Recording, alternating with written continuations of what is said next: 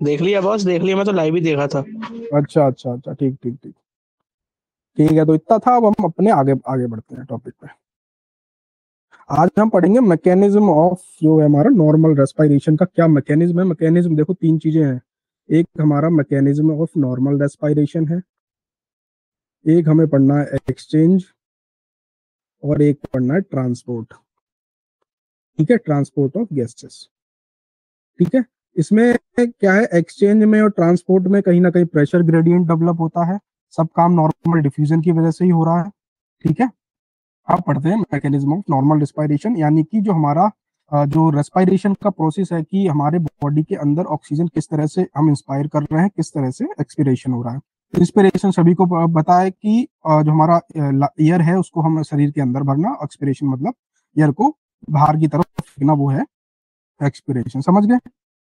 जो हमारा क्या है, respiration that is breathing, process of taking in oxygen and giving out carbon dioxide, ये रेस्पिरेशन सभी को है। मैकेनिज्म का सिंपल मतलब है कि mechanism of respiration in the sense क्या फिजिकल मूवमेंट हमारे इन्वॉल्व हैं जिसकी वजह से हमारी एयर जो है हमारे अंदर जा रही है, और किस तरह से एयर बाहर आ रही है ड्यू टू प्रेशर डिफरेंस। समझ गए। फेसिस ऑफ ब्रीथिंग हमें पता है, इंस्पिरेशन होता है और एक होता है एक्सपिरेशन। इंस्पिरेशन का सिंपल मतलब है एयर अंदर गई, एक्सपिरेशन एयर बाहर आ गई। इंस्पिरेशन का नेचर कैसा है, इसमें मसल कॉन्ट्रैक्शन है, यानी कि ये एक्टिव फेज में होती है। और एक्सपिरेशन में हमें कोई भी काम कुछ भी नहीं करना होता है, पैसिव प्रोसेस है, मसल जैसी रिलैक्स होती है, हमारी एक्सपिरेशन हो जाता है। अब पढ़ते हैं इंस्पिरेशन का बहुत ही सिंपल प्रोसेस। इंस्पिरेशन क्या है, जैसे ही आपका जो डायफ्राम है, ठीक है, इंस्पिरेशन में सबसे पहले क्या होता है, हमारा जो डायफ्राम है, जो जैसे कि ये आपकी ये जो लंग्स हो गए, कुछ भी कह लो भाई, ऐसे ही बन पाएगा। ये जो हमारा डायफ्राम है, ये डायफ्राम जब फ्लैट होगा ना, तो ये क्या करेगा, कॉन्ट्रैक्ट स्टेज में आ जाएगा। जब ये डायफ्राम क्या है, कॉन्ट्रैक्शन करेगा, तो हमारी क्या होगा, ये नीचे की तरफ चला जाएगा। आप एक बार सांस लेके देखो, जैसे ही आप इनहेल करते हो ना, तो आपको क्या लगेगा, आपका डायफ्राम थोड़ा फ्लैट हो गया। ठीक है। और क्या है, वो नीचे डाउनवर्ड भी चला गया है। साथ ही में जब आप इनहेल करते हो तो आपको ऐसा भी लगेगा कि आपका जो थोरेक्स की कैविटी है, उसका क्या वर्टिकल डायमीटर जो है ना, वो क्या है, एक तरह से बढ़ गया। एक बार सांस लेके देखो सभी लोग, जैसे ही आप इनहेल करने की कोशिश करोगे, आपका डायफ्राम नीचे चला जाएगा, आपकी जो वर्टिकल डायमीटर ऑफ थोरेक्स है ना, वो इंक्रीज हो जाता है। ठीक है। साथ ही में क्या है, आपकी जो एक्सटर्नल इंटरकोस्टल मसल्स होती है ना, वो भी कॉन्ट्रैक्ट कर जाती हैं, जिसकी वजह से आपके क्या है, रिप्स अपवर्ड और आउटवर्ड की तरफ, मतलब एक तो आपके जो फेफड़े हैं, आपको लगेगा कि एकदम ऊपर की तरफ आ गए और थोड़ा चौड़ा हो गया, बाहर की तरफ आ गए। और इसकी वजह से क्या होता है, हमारी जो ट्रांसवर्स और antero posterior diameter of thorax भी बढ़ जाता है। एंटीरो पोस्टीरियर मतलब चाहे आप आगे से ले लें या पीछे, दोनों तरफ से आपका जो डायमीटर है थोरेक्स का, वो बढ़ जाता है। समझ गए। और उसकी वजह से क्या होता है, हमारी थोरेक्सिक वॉल्यूम इंक्रीज होती है, जिससे हमारा क्या है, इंट्रा पल्मोनरी प्रेशर जो है डिक्रीज हो जाता है। उसकी वजह से हमारा एयर कैसे चला जाता है, हमारी बॉडी के अंदर चला जाता है। अब ये क्या है, आपको जैसे मैं आपको एक चीज पर प्रेशर का थोड़ा बता देता हूँ। जैसे नॉर्मल इन्वायरमेंट में होता है 760 mmHg, आपकी एल्वेलाई के अंदर भी लगभग 760 mmHg प्रेशर होता है। ठीक है। जब हम सांस अंदर लेते हैं तो हमारे अंदर क्या है, निगेटिव प्रेशर जनरेट हो जाता है, मतलब -1 अप्रोक्स mmHg हो जाता है। हम निगेटिव प्रेशर से आप क्या समझते हो, सबसे पहले तो वो समझ लेते हैं कि हमारी बॉडी के अंदर हर काम निगेटिव प्रेशर में क्यों हो रहा है, पॉजिटिव प्रेशर क्यों नहीं। अगर पॉजिटिव प्रेशर रहेगा तो हमें बार बार मेहनत करनी पड़ेगी, निगेटिव प्रेशर में हमें बार बार मेहनत नहीं करनी पड़ती। क्यों, आपकी जो सिरिंज होती है, आप सिरिंज देखते हो ना भाई, जिससे अपन इंजेक्शन अंदर भरते हैं। ठीक है, ये इस तरह की सिरिंज हो गई, इसके बाहर ये लगा होता है, पीछे ये प्लंजर होता है इसका। ठीक है। अब मान लो ये एक तो सिरिंज हमारी छोटी है, एक तो यार बहुत बड़ी सी सिरिंज ले लें हम, इतनी बड़ी सी हमने सिरिंज ले ली, बहुत बड़ी ले ली, मान लो 100 मीटर की ले ली सिरिंज। अब हम उसमें अगर ये जो प्लंजर है, अगर हम ये पीछे थोड़ा सा भी खींच के रखेंगे ना, तो क्या है, जो हमारा एयर फ्लो है वो यहाँ तो आएगा, बल्कि ये जो एयर फ्लो है कंटिन्यूअसली लास्ट तक चलता चला जाएगा, चलता, बार बार मेहनत नहीं करनी पड़ेगी। आपने सिर्फ थोड़ा सा ही नेगेटिव प्रेशर जनरेट किया, तब भी हमारी एयर चाहे 100 मीटर आगे से लेके पीछे तक ट्रेवल कर जाती है। ठीक है। वहीं पे जैसे ही हम इसमें पॉजिटिव प्रेशर लगाएंगे ना, थोड़ा सा हमने बाहर किया, तो क्या आपको लगता है इतनी सी एयर आगे जाएगी, बल्कि ये लास्ट तक भी एयर आगे चली जाती है। ठीक है। तो जितना भी काम इसीलिए हमारी बॉडी में नेगेटिव प्रेशर से हो रहा है, क्योंकि हमें उसमें कम मेहनत करनी पड़ती है। ठीक है। तो इंट्रापल्मोनरी प्रेशर कितना डिक्रीज हो सकता है, टू -2 mmHg, यानी कि ये जो 760 mmHg प्रेशर है हमारा, इसमें कोई ज्यादा चेंजेस नहीं होगा, सिर्फ 1 mmHg निगेटिव जाएगा और या तो 1 mmHg पॉजिटिव जाएगा। जब निगेटिव जाएगा तो सांस अंदर, जब पॉजिटिव प्रेशर बनेगा तो सांस बाहर निकल जाएगी। समझ गए? फिर से एक बार पढ़ लेते हैं क्या होता है। डायफ्राम, हमारा कॉन्ट्रैक्शन ऑफ डायफ्राम होता है, डायफ्राम कॉन्ट्रैक्ट करेगा तो क्या है, मूव्स टू डाउनवर्ड। जब वो डाउनवर्ड की तरफ पहुंचेगा तो हमारा obviously vertical diameter of thorax बढ़ जाता है, साथ ही में हमारी इंटरकोस्टल मसल है वो भी कॉन्ट्रैक्ट करती हैं, और मूव जो भी हमारे रिब्स क्या है अपवर्ड आउटवर्ड हो जाते हैं, जिससे हमारी एंटीरियर पोस्टीरियर थोरैसिक डायमीटर कह लो, सब चीजें मतलब बढ़ जाती है, और थोरैसिक वॉल्यूम इंक्रीज होगा, जिसकी वजह से इंट्रापल्मोनरी प्रेशर डिक्रीज हो जाता है, जिसकी वजह से एयर अंदर चला जाता है। अभी तो यहाँ पे बताओ किसी को कोई दिक्कत आ रही है इतने में? बताओ अगर किसी को कोई समस्या आ रही हो। इंस्पिरेशन में सिंपल है, जैसे ही नेगेटिव प्रेशर जनरेट होता है, ठीक है भाई, सबको समझ में आ रहा है? बहुत ही सिंपल है। देखो अब तुम्हें एक समझ में आया होगा कि भाई नेगेटिव प्रेशर का कॉन्सेप्ट क्या है, क्यों बॉडी के अंदर मैक्सिमम चीजें हमने नेगेटिव में करके रखी है। नेगेटिव प्रेशर हमने इसीलिए जनरेट करके रखा है कि हमें थोड़ी कम मेहनत करनी पड़े, ठीक है। अगर हम हर बार एक्टिव प्रेशर, जैसे तुमने पढ़ा होगा कि हमें अगर जो हमारा एक्टिव क्या पढ़ा था हमने, एक्टिव ऑस्मोसिस वगैरह जो पढ़ा था, एक्टिव ट्रांसपोर्ट एक तरह से कह लें, उसमें हर बार एनर्जी खर्च करनी पड़ रही थी, क्यों? क्योंकि वो नेगेटिव चीज नहीं हो रही थी उसमें, समझ गए? तो ये इसका कॉन्सेप्ट है, बहुत ही सिंपल है, कुछ ज्यादा इसमें वो बहुत ही दिमाग लगाने वाला है नहीं, ठीक है, समझ गए? कॉन्ट्रैक्शन ऑफ डायफ्राम होगा, मूव्स डाउनवर्ड चला जाएगा, वर्टिकल डायमीटर ऑफ थोरैक्स कह लें, इंटरकोस्टल मसल भी कॉन्ट्रैक्ट कर जाएंगी, इस तरह से हमारा ये हो जाएगा। सिंपल है, डायफ्राम कॉन्ट्रैक्ट्स, थोरैसिक वॉल्यूम बढ़ जाएगी, इंट्रापल्मोनरी प्रेशर हमारा कम हो जाएगा, एयर हमारी कहाँ हो जाएगी, लंग्स के अंदर चली जाएगी। बहुत ही सिंपल है, इससे सिंपल कुछ नहीं हो सकता। अगर ये भी याद नहीं कर सकते तो बहुत सोचने वाली बात। अब आप सोच रहे होंगे भाई लिखूंगा कैसे, ये तो 4 लाइनें हैं। भाई ये 4 लाइनें बड़ी करके लिखनी पड़ेंगी ना, कि when we take the air diaphragm gets contract that mean flattened, उसके बाद क्या होगा, ठीक है, इंटरकोस्टल मसल्स का भी इन्वॉल्वमेंट होगा, तो इस तरह से बढ़ा के लिखना है, ठीक है। अब आपको ऐसा लगता होगा, आप किताब पढ़ते होंगे तो आपको क्या लगता है 10 पेज पढ़े तो 10 पेज याद रहे, उन 10 पेज में से मुश्किल से 15 लाइन से आप पूरा क्वेश्चन लिख के आ जाते हैं। तो भाई है, इसीलिए शॉर्ट में पढ़ो, बार बार हमें लंबा लंबा ना पढ़ना पड़े। अब एक्सपिरेशन में क्या है, एक्सपिरेशन में हमारा क्या है, पॉजिटिव प्रेशर जनरेट होता है, सबसे पहली बात है, यानी कि हमारा जो इंट्रा पल्मोनरी प्रेशर है वो कैसा हो जाएगा, वो पॉजिटिव की तरफ मूव करेगा। एक मिनट पेन को, हाँ ठीक है, एक्सपिरेशन समझ गए। अब क्या होगा, डायफ्राम पहले कॉन्ट्रैक्ट किया था, अब डायफ्राम क्या करेगा, रिलैक्स हो जाएगा, डोम शेप का बन जाएगा एक तरह से, ऐसे कह लो, ठीक है।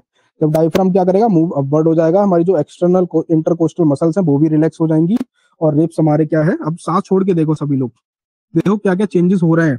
कोस्टल मसल ले लो, रिब्स भी हमारी नीचे पहुंच जाएंगी, डाउनवर्ड हो जाएगा, थोरैसिक वॉल्यूम भी हमारी एकदम से पिचक सी जाएगी। क्यों पिचक गई, क्योंकि हमारा इंट्रा पल्मोनरी प्रेशर जो है वो राइज हो रहा है, दैट इज पॉजिटिव जा रहा है, ठीक है। Air moves out of lung, ठीक है, बहुत ही सिंपल है। एक्सपिरेशन में मसल रिलैक्स, थोरैसिक वॉल्यूम कम, इंट्रा पल्मोनरी प्रेशर बढ़ जाएगा, और एयर एग्जिट्स लंग, सिंपल सा है बहुत ही। इस चीज को ध्यान रखना भाई, इंस्पिरेशन में प्रेशर नेगेटिव में होता है, और एक्सपिरेशन में प्रेशर कैसा होता है, पॉजिटिव में होता है, ठीक है। ये 2 mmHg इसकी जगह यहाँ पे 1 mmHg भी हो सकता है, इसको आगे थोड़ा देखेंगे क्यों हो सकता है। अब बात करेंगे टाइप्स ऑफ ब्रीथिंग। एक तो क्वाइट ब्रीथिंग है, जिसमें डायफ्राम का ही मेनली इन्वॉल्वमेंट है। अगर आप नॉर्मल देख रहे होगे, आप नॉर्मल बैठे हो और हल्के हल्के सांस ले रहे हो, तो आप देख रहे हो कि ज्यादा कोई हमारी एक्सटर्नल इंटरकोस्टल मसल्स का इन्वॉल्वमेंट नहीं होगा, सिर्फ डायफ्राम में ही थोड़ा चेंजेस हो रहे होंगे और ब्रीथिंग ले पा रहे होंगे। वहीं पे फोर्सफुल रेस्पिरेशन इंस्पिरेशन जब आप करेंगे तो वहां पे डायफ्राम, एक्सटर्नल इंटरकोस्टल मसल और एसेसरी मसल्स का भी इन्वॉल्वमेंट हो जाता है, that is in the case of exercise. और फोर्सफुल एक्सपिरेशन में भी यही है, एब्डोमिनल मसल्स भी इसमें इन्वॉल्व हो जाते हैं। ये concept of mechanism of respiration समझ में आया, बहुत ही सिंपल है, इससे सिंपल मुझे नहीं लगता कुछ भी हो सकता है। इंस्पिरेशन और एक्सपिरेशन में किसी को कोई परेशानी, समस्या? एक बार बताओ भाई, इतना क्लियर है? नेगेटिव प्रेशर का जो कॉन्सेप्ट है वो सभी को समझ में आया? ठीक है, नेगेटिव प्रेशर जस्ट क्या है, एक समझो सिरिंज है, उस सिरिंज का जो कॉन्सेप्ट सबसे बेहतर है, वरना नेगेटिव प्रेशर समझ में नहीं आएगा। आप ऐसे ही नेगेटिव नेगेटिव चिल्लाते रहोगे, पता ही नहीं चलता क्या होता है नेगेटिव। बात आती है एक्सचेंज ऑफ रेस्पिरेटरी गैसेस। सांस अंदर तो आ गई, बाहर भी चली गई, लेकिन अंदर बाहर जाने से पहले हमारी बॉडी के अंदर उसका एक्सचेंज तो हुआ होगा।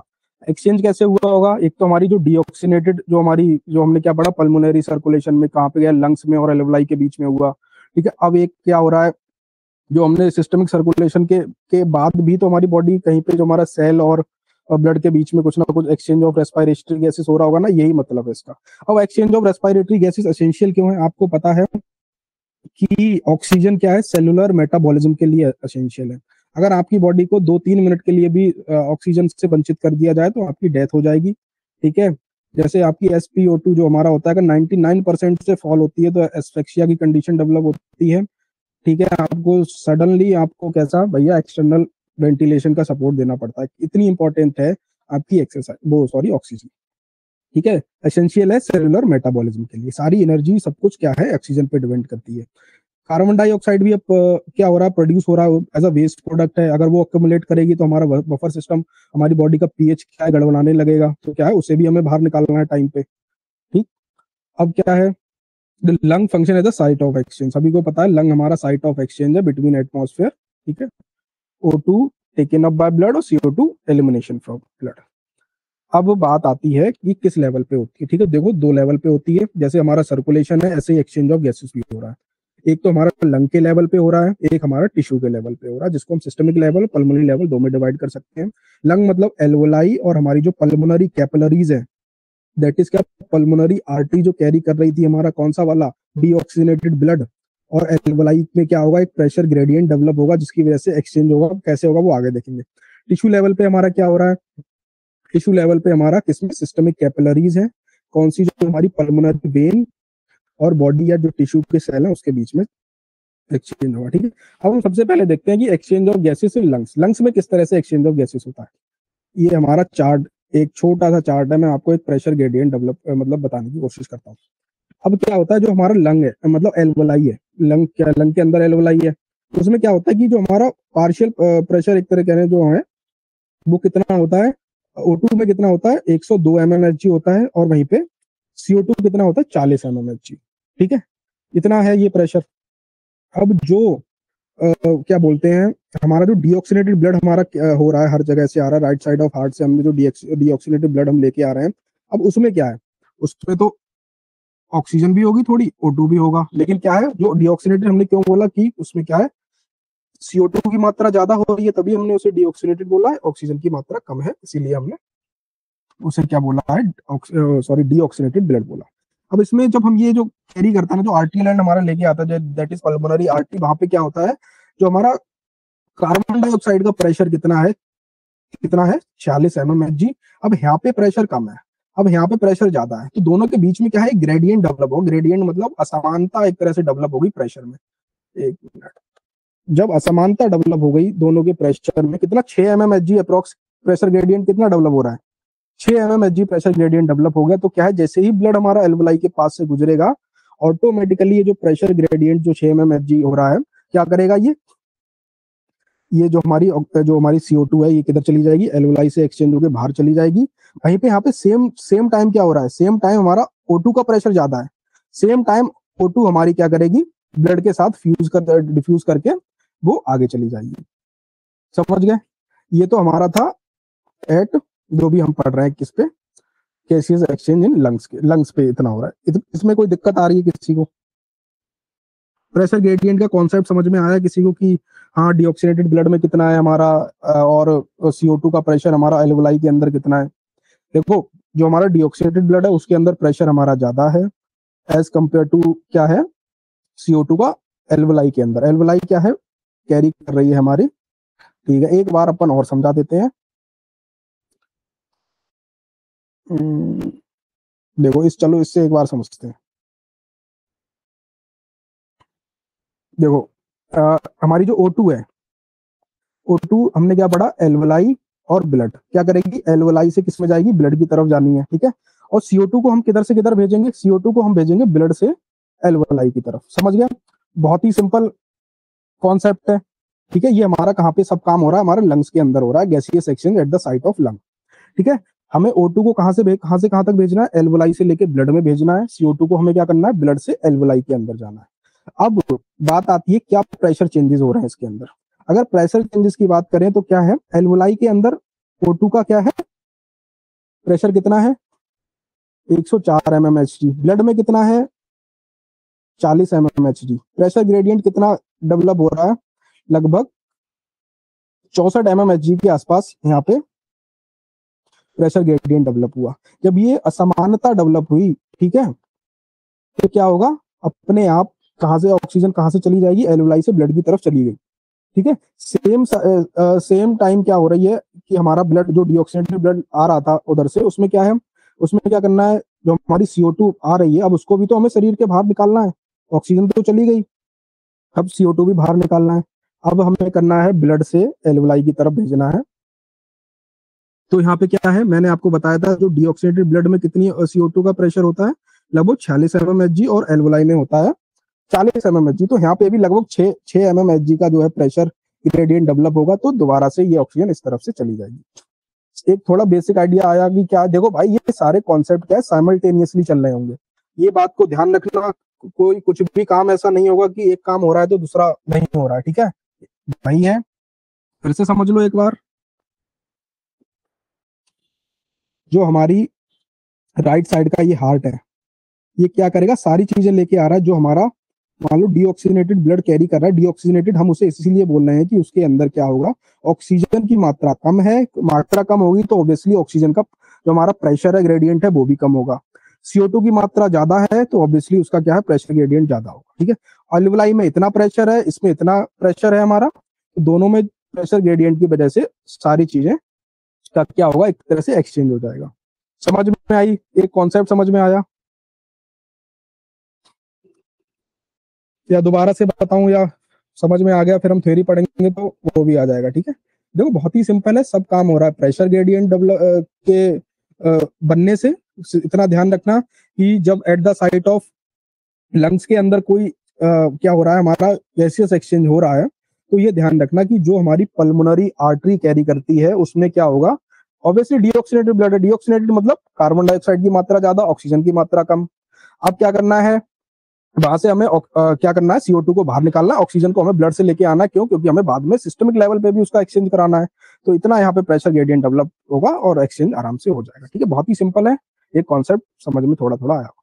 Exchange of oxygen and carbon dioxide between कहाँ पे, alveolar air and pulmonary capillaries blood through respiratory membrane, ठीक है भाई, सिंपल है। Exchange of oxygen and carbon dioxide कहाँ पे, एल्वुलर जो हमारी एयर है उसमें, और पल्मोनरी जो capillary, in the sense pulmonary capillary कौन सी वाली हमारी, जो पल्मोनरी आर्टरी की फाइन ब्रांचेस आगे निकलेंगी जाके, वो वाली। सो रेस्पिरेटरी मेम्ब्रेन्स ऑब्वियसली अवेलेबल होंगी एल्वुलाई और उसके बीच में, ठीक है। तो इसका ये डेफिनेशन था। मैकेनिज्म मैंने बताया, occur by simple diffusion based on partial pressure gradient, ठीक है। ग्रेडियंट कितना है, बहुत ही सिंपल बताया है, ठीक है। O2 कैसे हमारा चेंज हो रहा है, O2 में ऑब्वियसली हमारा एल्वुलाई के अंदर 104 mmHg प्रेशर होता है, ब्लड में कितना होता है, 40 mmHg।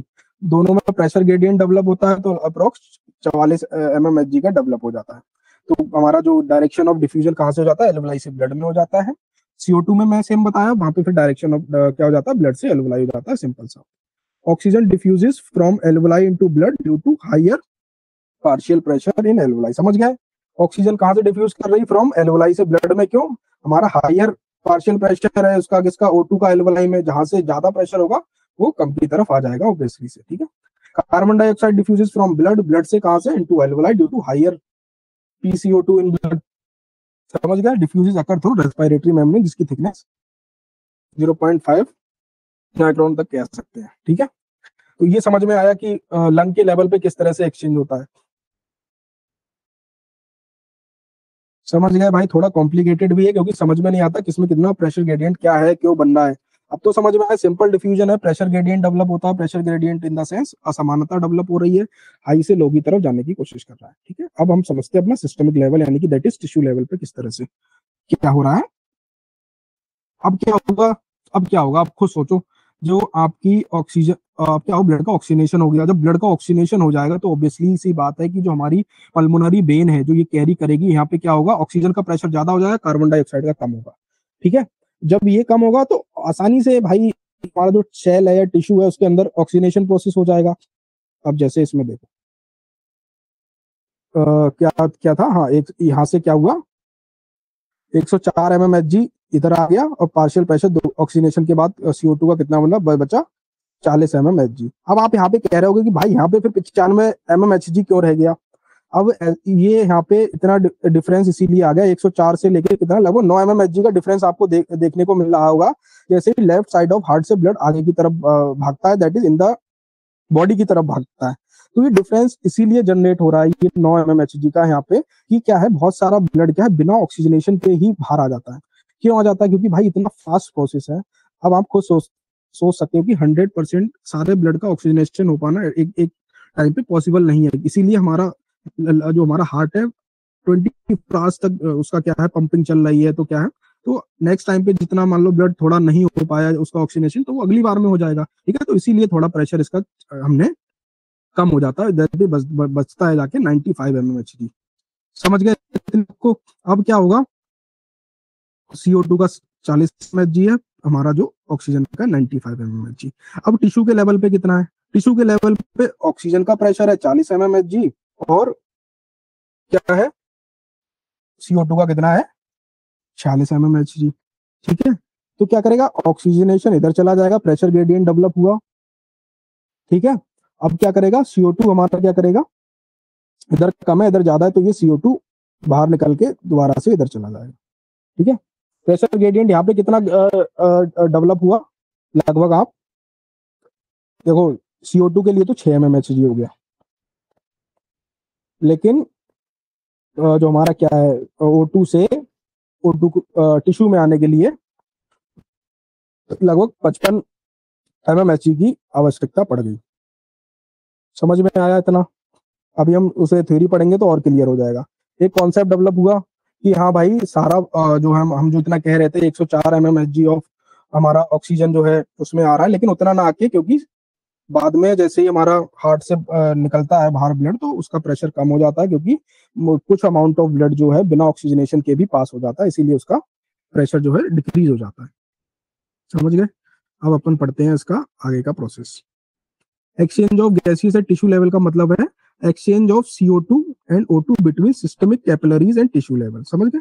कहां से? सिस्टमिक कैपिलरीज और टिश्यू लेवल पे इसका एक्सचेंज हो रहा है। इसका भी मैकेनिज्म है diffusion based on pressure gradient.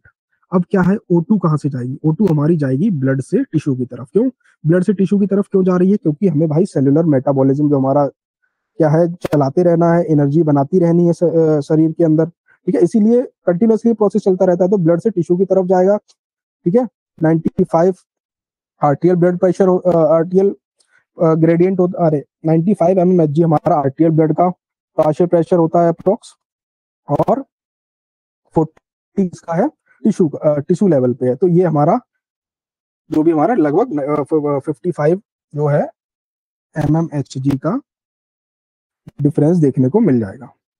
समझ गए? यहीं पे CO2 में क्या करना है हमें? CO2 का बहुत ही सिंपल है, टिश्यू से हमें ब्लड की तरफ भेजना है, क्योंकि कंटिन्यूअसली सेलुलर मेटाबॉलिज्म चल रहा है, एनर्जी बन रही है, एनर्जी बन रही है, तो शरीर के अंदर CO2 की मात्रा as a by product, as a based product बढ़ती जा रही है। टिश्यू में 46 mmHg और ब्लड में 40 mmHg, तो 6 mmHg का प्रेशर ग्रेडियंट डेवलप हुआ और बहुत ही आसानी से टिश्यू से ब्लड में चली गई हमारी CO2। समझ गया भाई? ये oxygen diffuses from blood into tissue where it is utilized for metabolism. Carbon dioxide produced in tissue diffuses into blood for elimination by lungs. ठीक है, कोई परेशानी आई इसमें? कोई कॉन्सेप्ट समझ में ना आया हो, कोई दिक्कत लग रही हो ना भाई? कुछ भी लिखो। देखो मैं पूरी कोशिश कर रहा हूँ आपको सिंपल और बेहतर चीजें समझा सकूं साधारण भाषा में। ठीक है, टेक्निकल भाषा में कहीं से भी समझ लोगे, कोई बड़ी बात नहीं है। समझ आ रहा है सबको? कोई हाँ ना बोलो भाई, तो आगे बढ़े अपन। ठीक है भाई, ठीक है, बहुत ही सिंपल है अगर सिंपल से समझते हैं, वरना बड़ी बड़ी बुकें पढ़ते रहोगे तो समझ नहीं आएगा। ठीक है, ये अपना फ्लो चार्ट बना इन लंग्स में कैसा होता है। O2 एल्वुलाई से ब्लड की तरफ जाती है, प्रेशर आप अपने आप इसको लिखना कितना था यहाँ पे, CO2 क्या है ब्लड से एल्वुलाई की तरफ जाती है, अकर्स थ्रू रेस्पिरेटरी मेम्ब्रेन। और टिश्यू लेवल पे भी हमने बता दिया क्या होता है, O2 कहाँ से जाएगा, ब्लड से टिश्यू की तरफ जाएगा, CO2 टिश्यू से ब्लड की तरफ जाएगा, अकर थ्रू कैपिलरी टिश्यू इंटरफेस की थ्रू होता है। ठीक है, अब प्रेशर चेंजेस ड्यूरिंग रेस्पिरेशन क्या क्या हो रहा है उसकी थोड़ी बात कर लेते हैं। प्रेशर चेंजेस देखो, एक तो हमारा एल्वुलाई पे हमने देख लिया, अब हम आगे देखेंगे कि इंट्रा प्लूरल प्रेशर में हमारा क्या क्या चेंजेस आता देखने को हमें मिलता है। अगर हम इसकी बात करें तो देखो, इसकी डेफिनेशन देखते हैं। सबसे पहले pressure with in the pleural cavity, ठीक है। नाम क्या है, इंट्रा प्लूरल प्रेशर है, तो इसका सिंपल मतलब है कि हमारी जो प्लूरल कैविटी है उसके अंदर प्रेशर में क्या क्या चेंजेस देखने को मिलते हैं, ठीक है। Normal condition always negative due to elastic recoil of lungs, ठीक है। मैंने आपको पहले ही बताया है कि नॉर्मल कंडीशन में लंग्स का प्रेशर ऑलवेज नेगेटिव होता है। क्यों होता है, चाहे वो आपकी जो हमारा इंटर पल्मोनरी प्रेशर ले लो, प्लूरल कैविटी का ले लो, हर जगह का नेगेटिव रहता है। अगर हम उसे पॉजिटिव कर देंगे तो हमारा जो लंग है वो क्या क्या रहेगा, अभी तो फूला हुआ है, लेकिन अगर हम वहां का प्रेशर नेगेटिव से पॉजिटिव कर देंगे तो ऑटोमेटिकली वो बस्ट कर जाएगा। जैसा कि आपने सुना होगा कि कई लोगों के लंग्स के अंदर पानी भर जाता है। अगर कोई इन्फेक्शन हो जाता है प्लूरल कैविटी में तो क्या है, लंग्स एकदम से सडन ब्रस्ट कर जाते हैं, ठीक है। तो ये चीजें इसकी वजह से होती है कि प्रेशर में चेंजेस आ जाता है। अब इंटर प्लूरल प्रेशर में क्या चेंजेस देखने को मिलते हैं, जब हमारा एंड ऑफ नॉर्मल रेस्पिरेशन होता है तो कितना चेंज आ जाएगा, -6 mmHg, जो क्या करता है, कीप्स लंग एक्सपेंडेड, ठीक है। एंड ऑफ नॉर्मल एक्सपायरेशन कितना है, -2 mmHg, प्रिवेंट लंग कोलैप्स, ठीक है। नॉर्मल एक्सपायरेशन हुआ तब भी देखो यहाँ पे नेगेटिव बना हुआ है, पॉजिटिव नहीं किया है इसका।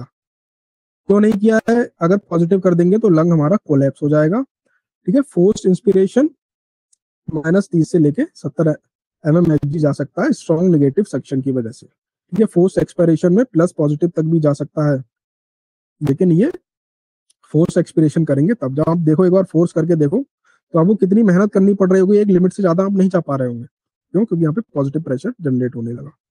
समझ गए, ये देखो इंट्रा जो हमारा प्लूरल कैविटी है उसके प्रेशर के चेंज की बात कर रहे हैं हम। इसका जो हमने जो अभी ऊपर पढ़ा उससे लेना देना कुछ नहीं है। ये मैं इसीलिए बता रहा हूँ कि कई बार आपसे पूछ लेगा, एमसीक्यू पूछ लेगा कि बताओ the end of normal inspiration, जो हमारा इंटर प्लूरल प्रेशर है उसमें क्या चेंजेस देखने को मिलेंगे या कितना प्रेशर होगा, तो उस पर आपको ये लगाना है, ठीक है। इसका और कोई लेना देना नहीं है हमारी उन चीजों से, ठीक है। फंक्शन क्या है, prevent lung collapse, aids venous return, ठीक है। Act as a respiratory pump की तरह ये काम करता है। अब बात आती है हमारा इंट्रा एल्वुलर प्रेशर में क्या क्या चेंजेस देखने को मिलते हैं। ये intra alveolar pressure in the sense जो हमारी एल्वुलाई है उसमें क्या प्रेशर के चेंजेस देखने को मिलेंगे उसके बारे में बात करेंगे। That is pressure inside alveoli of lung, ठीक है। Changes according to the phase of inspiration, ठीक है। जैसे मैंने आपको पहले भी बताया था, क्या पढ़ रहे थे हम, -2 mmHg पढ़ रहे थे, ठीक है। वो -2 mmHg भी हो सकता है, -1 mmHg भी हो सकता है। जब हमने सबसे पहला मैकेनिज्म ऑफ रेस्पिरेशन पढ़ा वहां पे पॉजिटिव प्रेशर और नेगेटिव प्रेशर एक तरह से डेवलप हो रहा था हमारा, ठीक है। तो ये वही था, जब हम इंस्पायर करते हैं, जैसे हमारा एटमॉस्फेयर का प्रेशर 760 mmHg होता है और एल्वलाई का भी लगभग 760 mmHg होता है, ठीक है। अब क्या है, जैसे ही हम इंस्पायर करते हैं ना तो क्या है, एक नेगेटिव में चला जाता है, negative in the sense -1 mmHg का डिफरेंस जनरेट होता है, जिसकी वजह से हम अप्रोक्स क्या है, इंस्पायर कर जाते हैं। और जैसे ही एयर हमारी बाहर जाती है तो क्या एक्सपिरेशन में यही प्रेशर कैसा आता है, पॉजिटिव में आ जाता है, ठीक है। तो अगर आपसे पूछे कि at the time of normal जो हमारा रेस्पिरेशन है उसमें कितना प्रेशर चेंजेस देखने को मिल रहा है, जो भी हमारा नॉर्मल मैकेनिज्म ऑफ रेस्पिरेशन है वो अल्वलाई के अंदर कितना प्रेशर हमारा चेंजेस देखने को मिल रहा है, तो उसमें आपको -1 mmHg लगा के ही आना हमेशा, ठीक है। 2 mmHg मत लगाना, वो हमने पढ़ लिया थ्योरेटिकल, आप 1 से 2 भी लिख सकते हैं, लेकिन अगर एमसीक्यू पूछता है तो सिर्फ 1 mmHg ही लगा के आना है, ठीक है। इंस्पिरेशन में 760 हमारा तो नॉर्मल है। जैसे ही हमने एयर अंदर भरी, नेगेटिव प्रेशर और जनरेट हुआ तो कितना हो गया, 759 हो गया, एयर लंग्स में एंटर कर गई। अब एक्सपिरेशन में क्या हुआ, पॉजिटिव प्रेशर जनरेट हुआ तो 761 mmHg हो गया, air moves out of lung, both end of both the faces, फिर से हमारा जो नॉर्मल प्रेशर है वो जनरेट हो गया इक्वल टू एटमॉस्फेरिक प्रेशर, ठीक है। समझ में आ गया सर, नॉर्मल एक्सपी मतलब समझा नहीं मैं भाई, क्या कहना चाह रहे हो तुम।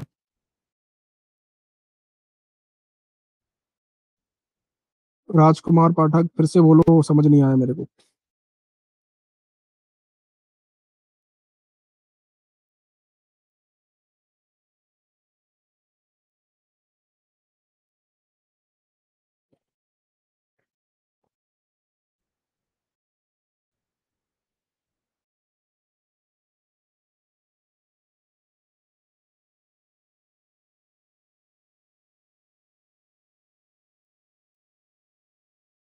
नॉर्मल इन द सेंस भाई वैसा वाला नॉर्मल नहीं, नॉर्मल मैं कह रहा हूँ नॉर्मल अभी आप एक स्टेज में बैठे हुए हैं, ठीक है, अभी यहाँ पे देखो क्या बताया है, मैकेनिज्म ऑफ इंस्पिरेशन में क्या बताया, कौन सा प्रेशर, प्रेशर डिक्रीज हो रहा है, दैट इज निगेटिव में जा रहा है ये, ठीक है। जब भी हमने इंस्पायर किया तो क्या है, प्रेशर नेगेटिव में चला गया, एक्सपायर किया प्रेशर पॉजिटिव में चला गया। अब यहाँ पे नॉर्मल से कोई मतलब नहीं है, नॉर्मल तो हम अगर नॉर्मल स्टेट में भी है तो भी हमारा इंस्पिरेशन और एक्सपिरेशन तो चल ही रहा है ना, तो उससे और इसका मतलब कोई है नहीं।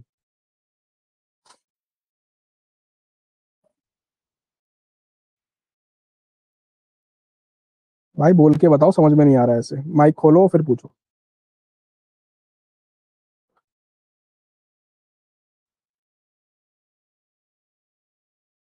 माइक खोलो भाई, माइक।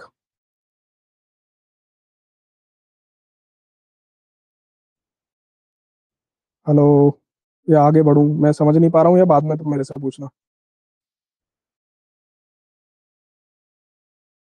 ठीक है भाई, और किसी को कोई दिक्कत आ रही है क्या? देखो फिर से यहाँ पे लिखा हुआ है, इंस्पिरेशन, हमने इंस्पिरेशन किया, थोरेसिक वॉल्यूम हमारी जो कैविटी बढ़ गई थी, इंट्राप्ल्यूरल प्रेशर हमारा कितना पहुंच गया था, जो प्लूरल कैविटी का था, देखो फिर से सोच लो, प्लूरल कैविटी का -6 mmHg पहुंच गया था। इंट्रा एल्वुलर प्रेशर हमारा क्या चेंजेस आ रहा था, -1 mmHg, जिसकी वजह से हमारी ईयर क्या है, लंग्स के अंदर एंटर कर एक्सक्यूज रही मी है। बॉस।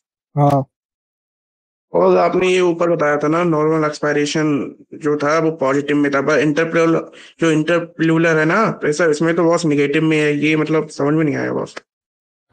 पॉजिटिव इंस्पिरेशन में कभी पॉजिटिव हो ही नहीं सकता, नहीं, पॉजिटिव मैंने कहा। एक्सपायरेशन में बॉस, एक्सपायरेशन में तो पॉजिटिव, पर इंटरप्लूरल में माइनस आ रहा है ना, वो तो तो भाई एक्सपायरेशन तो होगा ही पॉजिटिव अरे बॉस। मैंने पर क्या कहा, अगर अगर प्लूरल प्रेशर में भी तुम क्या करोगे, अगर बॉस उसे पॉजिटिव कर दोगे, तुम्हारी प्लूरल कैविटी क्या है, आपकी लंग्स है, लंग्स के पास में ये जो मेम्ब्रेन तुम्हें देखने को मिलती है ये वाली है, ठीक है, उसके यस, अंदर हमारे लंग्स है।